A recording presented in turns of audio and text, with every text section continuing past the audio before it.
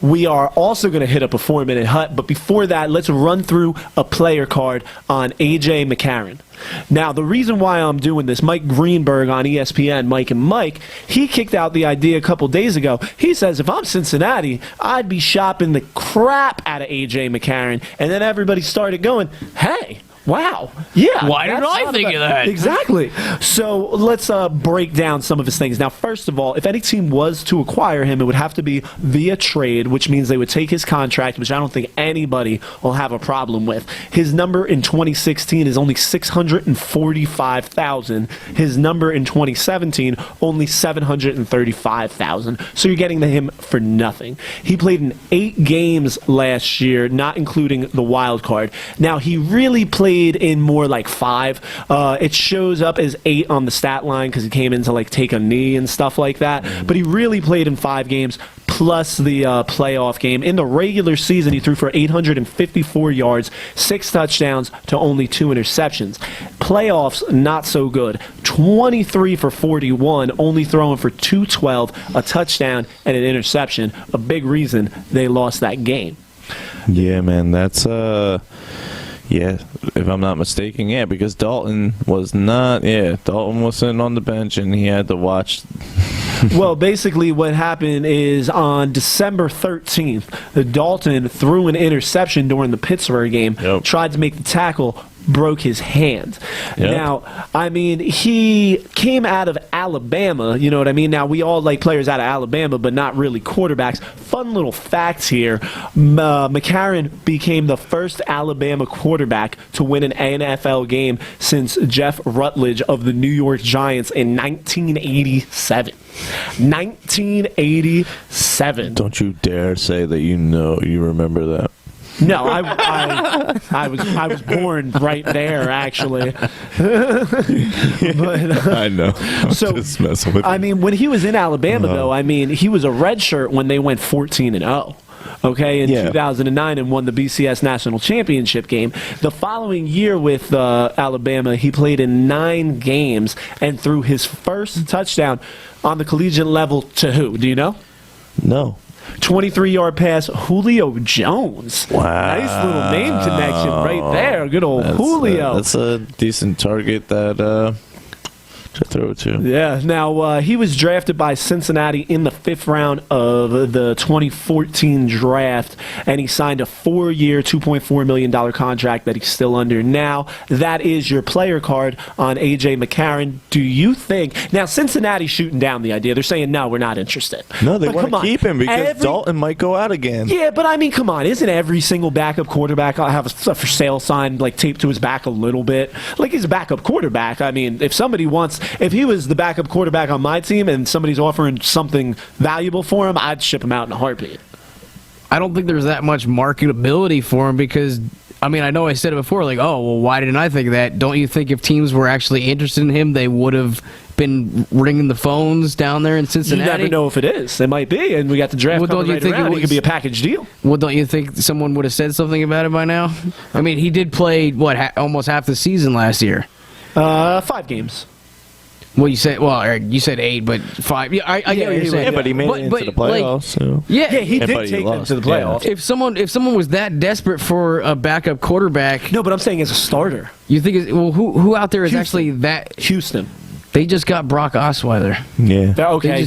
True. All right. Plenty more. I mean, we still got. I mean, Kaepernick could be leading the Niners. There's the Jets. Yeah, there's. Exactly. I mean, there are teams out there that need. Totally forgot about Brock Osweiler. That need a quarterback, but I think if there was that much interest in a guy like A.J. McCarron, who, he did play last year and did some things, not necessarily that impressive, but like if there was that much interest in a guy like him, they probably would have already gotten phone calls. I mean, it wouldn't have been Mike Greenberg just like throwing that out there. You know what I mean?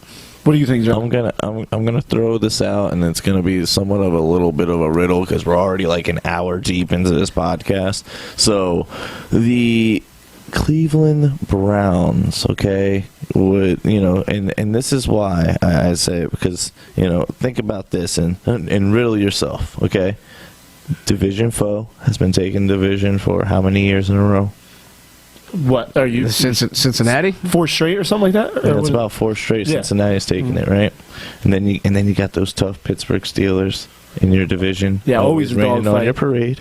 And then you got those hard-nosed Baltimore Ravens. Yeah, that's a tough division. So you want the best quarterback that you can get because you got to be relevant. And the fact that they could get him for a lower price tag if they negotiate right, but then again, Cincinnati won't let him go though because he is a good Too quarterback. valuable to him. Yeah, Yeah. he's too valuable because Andy Dalton is, I think he's garbage, honestly. Really? Wow. I think he's garbage because you know what, and this is why. All right, I know. I keep doing this to myself. I really do. I keep making myself look like a jerk, but I guess that works.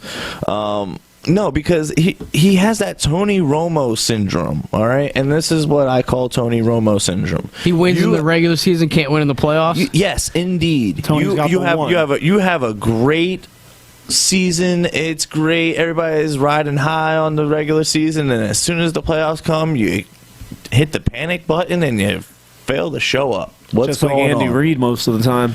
Yeah.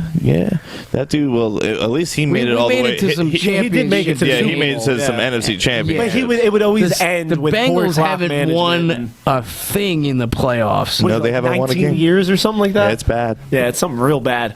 But I mean, I don't know. Do you They haven't guys seen that since the Icky Shuffle. do you guys want to save our 4-minute hut or do you want to hit it up? I think it's a good one, and I think we're how Let's long do we it. go? I want to don't talk know. about this. Yeah, well, you might as well because I'm sorry guys, but this is we gave you so much content that we're just gonna keep on going and Why stop now? All right, we're gonna. Why stop now? We'll kind of try and move through this a little bit. But today's 4-minute hut. 4-minute hut. The what? The 4-minute hut. 4 minute what? But today's 4-minute hut is going to be about, I don't know how to title it, teams who finished under 8-8 last year.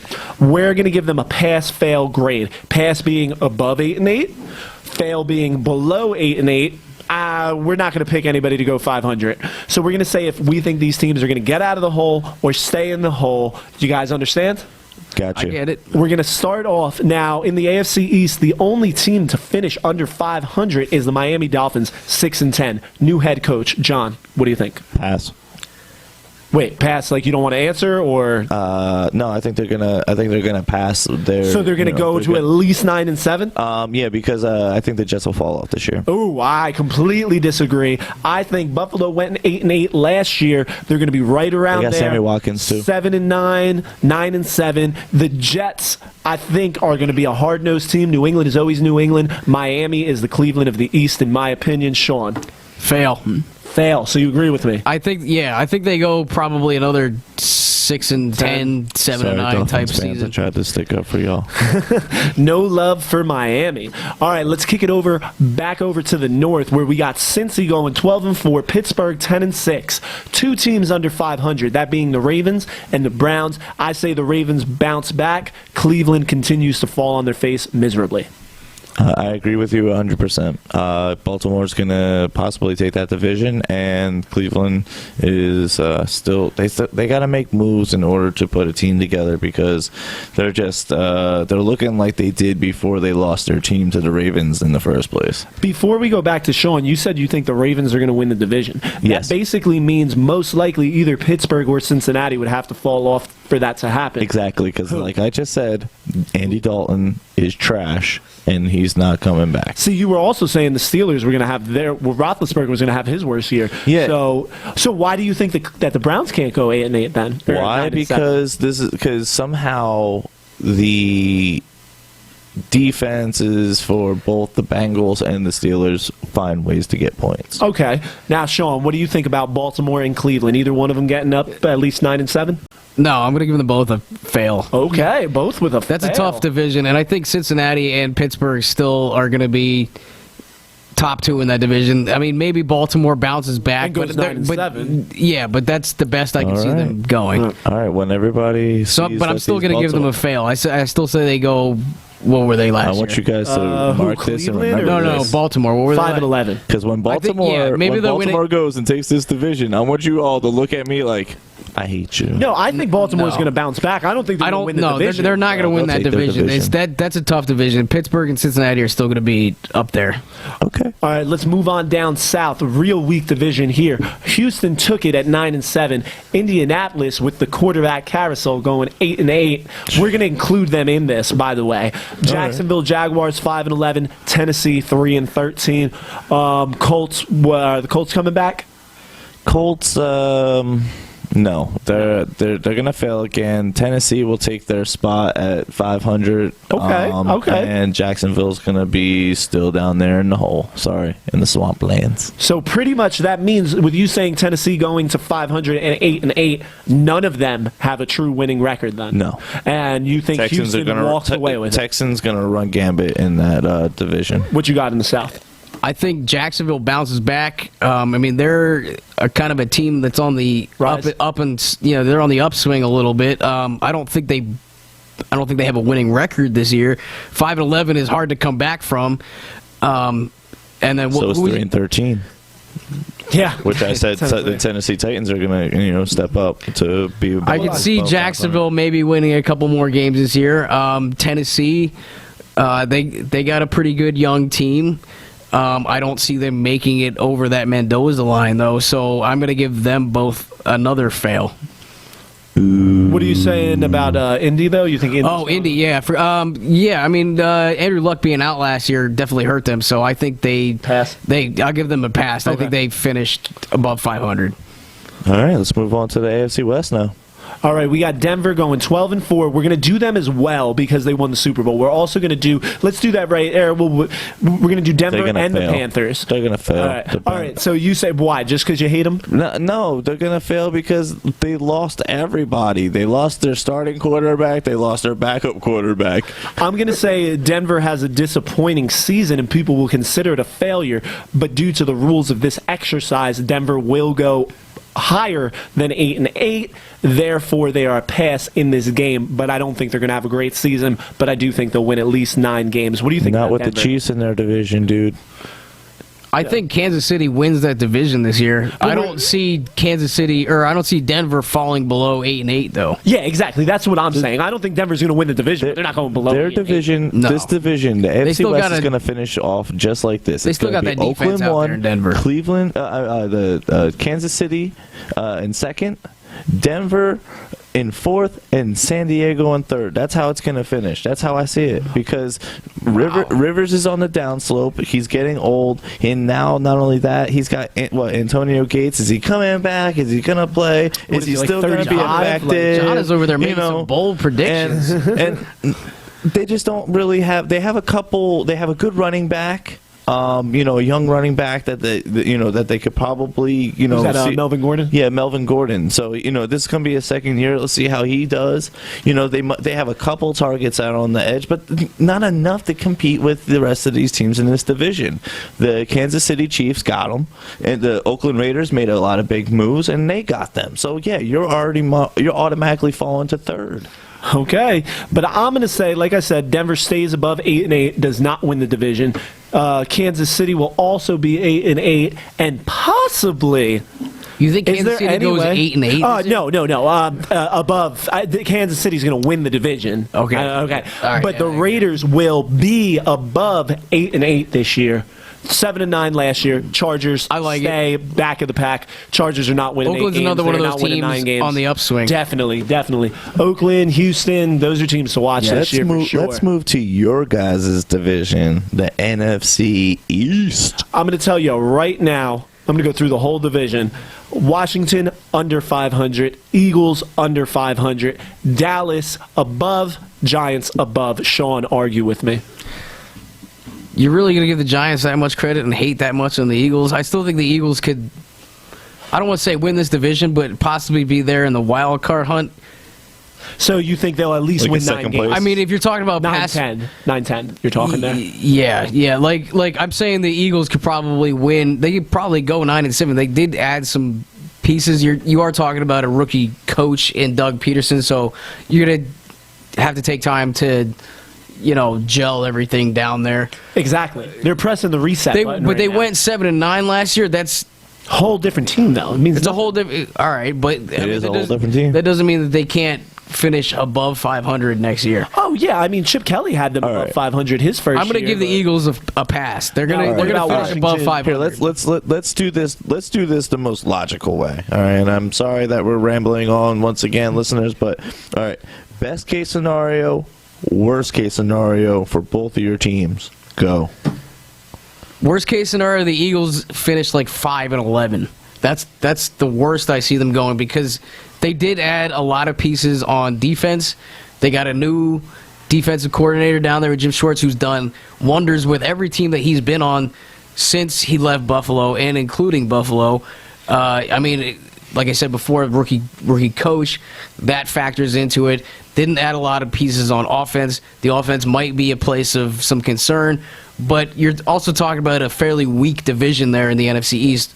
So the Eagles, and they do have a tough schedule next year because I think they do play the AFC North next year, and I don't know who they play in the NFC, but I think they would have a easier schedule because of their record last year.